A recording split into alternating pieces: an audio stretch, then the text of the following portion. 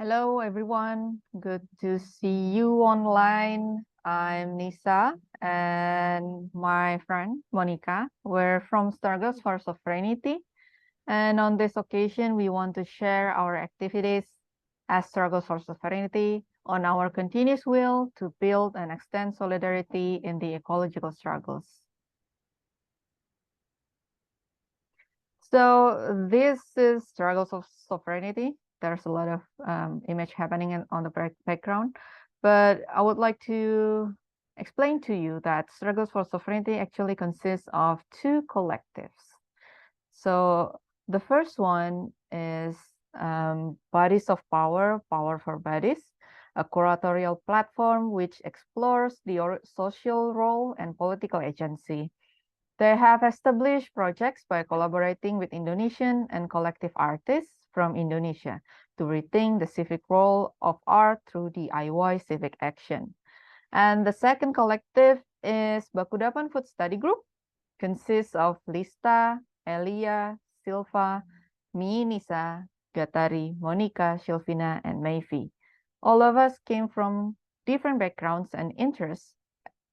As a group, our research focuses on food, both as a field in itself and as an entry point to explore broader social political issues in the world today.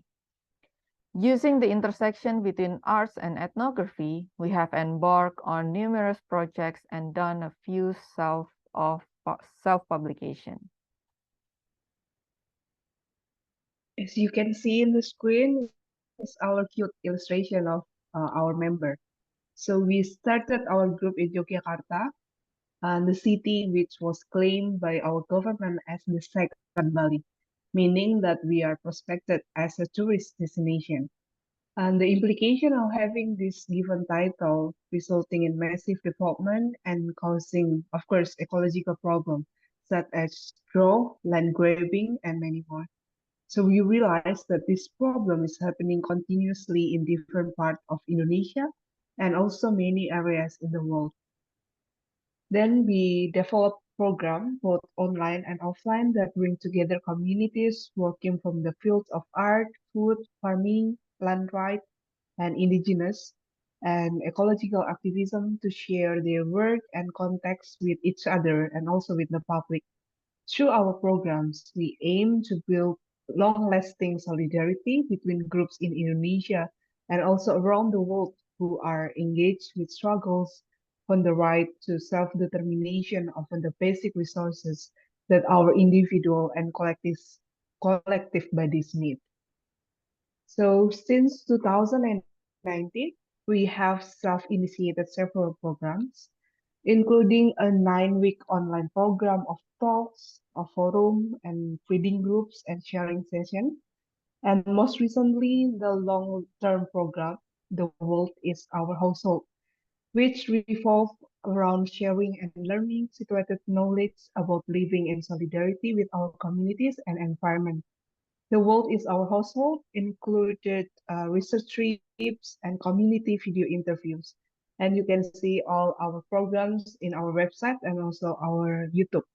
We also publish a 6-part of podcast series reflecting on ecological issues and practices of resistance in various contexts, newly commissioned writings, ongoing fellowship program for artists, farmers, activists, and other practitioners.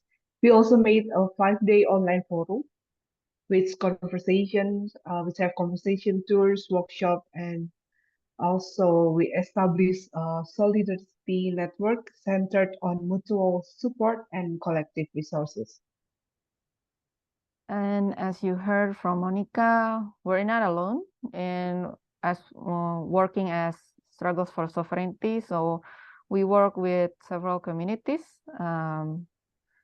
So in this picture, you can see several images, but we work with groups and communities together from various different fields of art, culture, farming, food, land rights, indigenous or adat, and ecological activism, but all have in affinity or common that they are engaged with struggles for the right to self-determination and sovereignty over their lands, cosmologies, and livelihoods.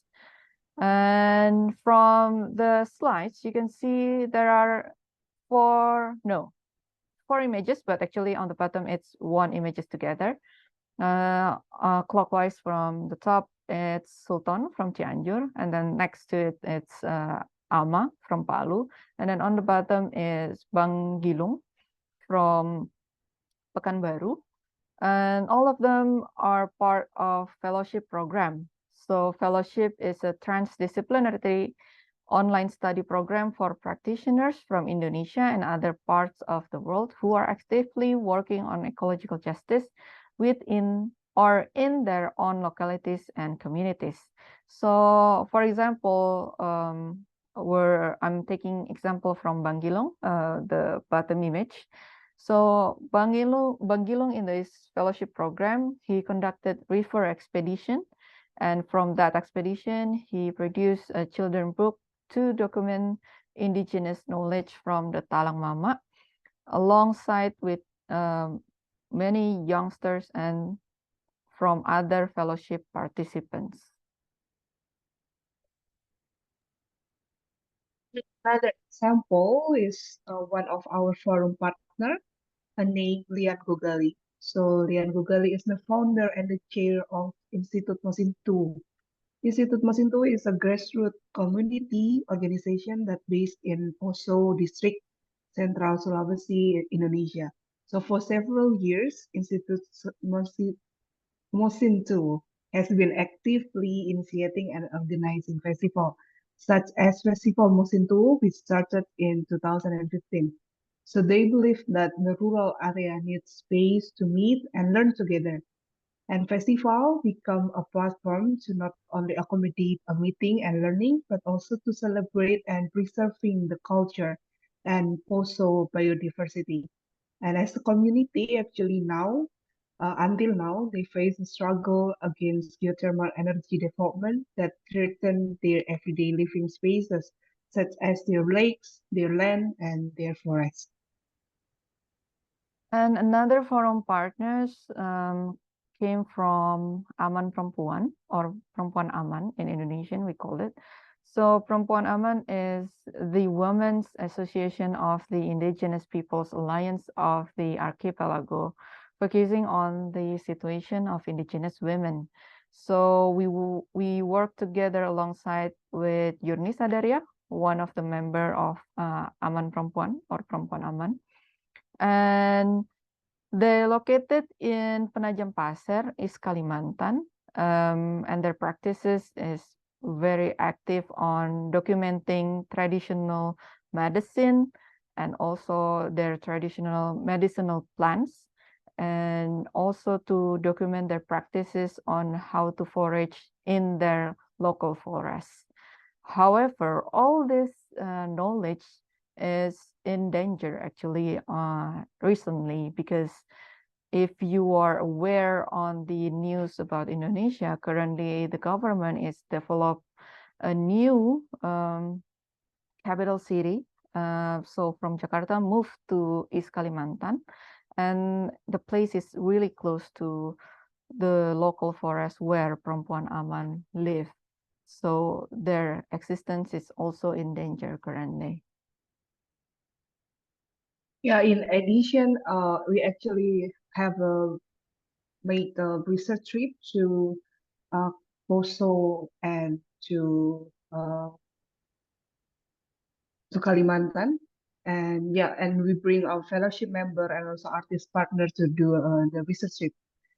Okay, another example is the output of our artist partner program is called Pasar Tiban by Anang Saptoto and Timbil Budiarto. Pasar Tiban is a subsistence market, farmer market network, and this market brought over 20 local urban farmers from the northeast of Yogyakarta together in one day festive event, which included a market, workshop, food, and DJ set, and much more. So this event became a melting pot of farmers, agriculture enthusiasts, gardeners, and local community members.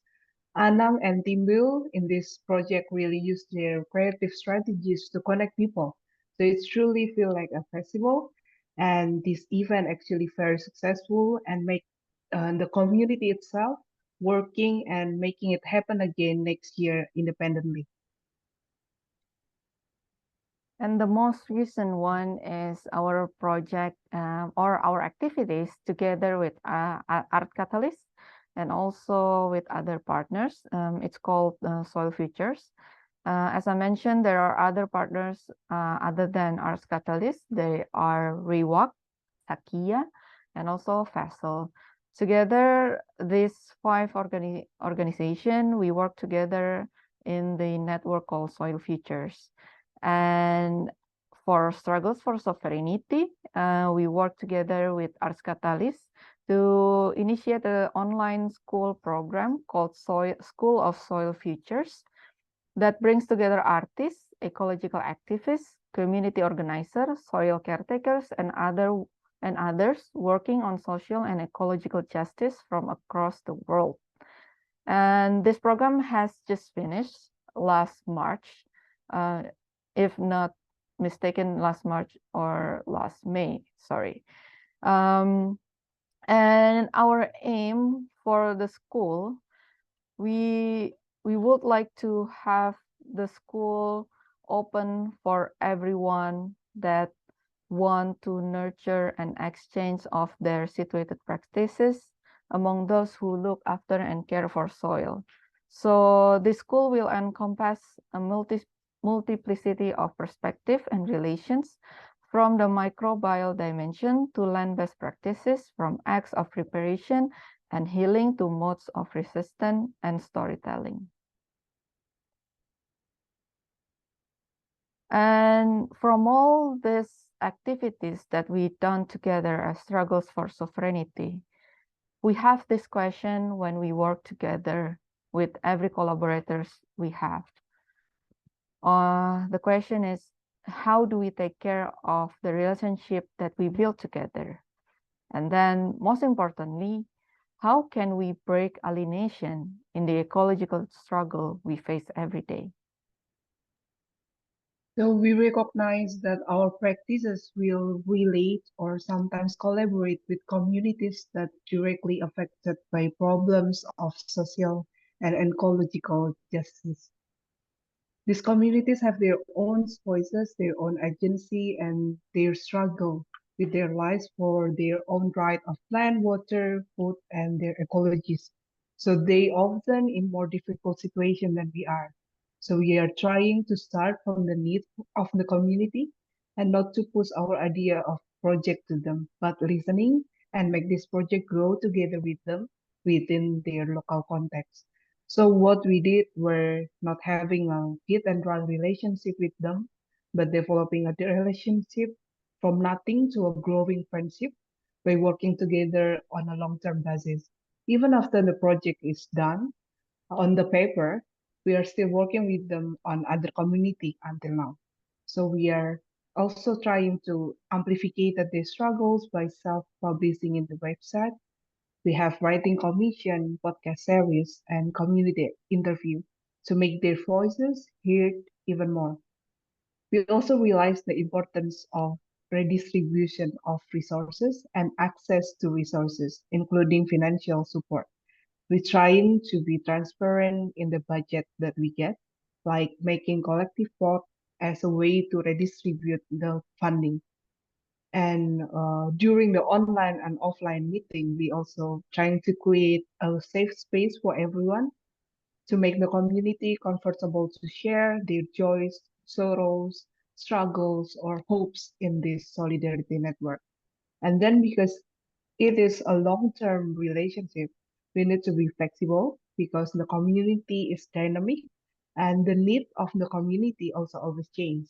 So actually, we are stepping on the long road of helping to maintain the initiated solidarity. And as we believe on everyone power or will, we want to quote this beautiful text from commission writing text from our friend Putri Permatasari. It's called Prefigurative Politics, towards climate justice is on our own. So I will read the quote.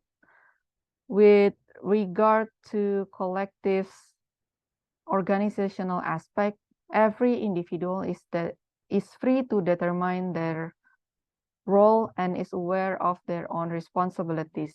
They also do not have a chairman or a leader. In the decision-making process, all opinions or critics will always be heard and respected. Everyone has equal power.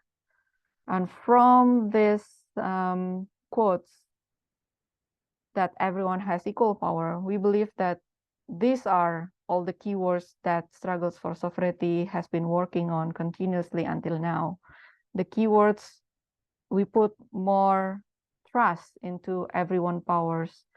And in that case, within this presentation, we hope that as Struggles for Sovereignty and from our activities together with all of our collaborators, we can ignite more power and extend solidarity in ecological struggles, and also to remind everyone that you are not alone in this process. So thank you for everyone that has kindly invited us for this presentation. And that's all from us. Thank you for listening. Thank you. Bye-bye.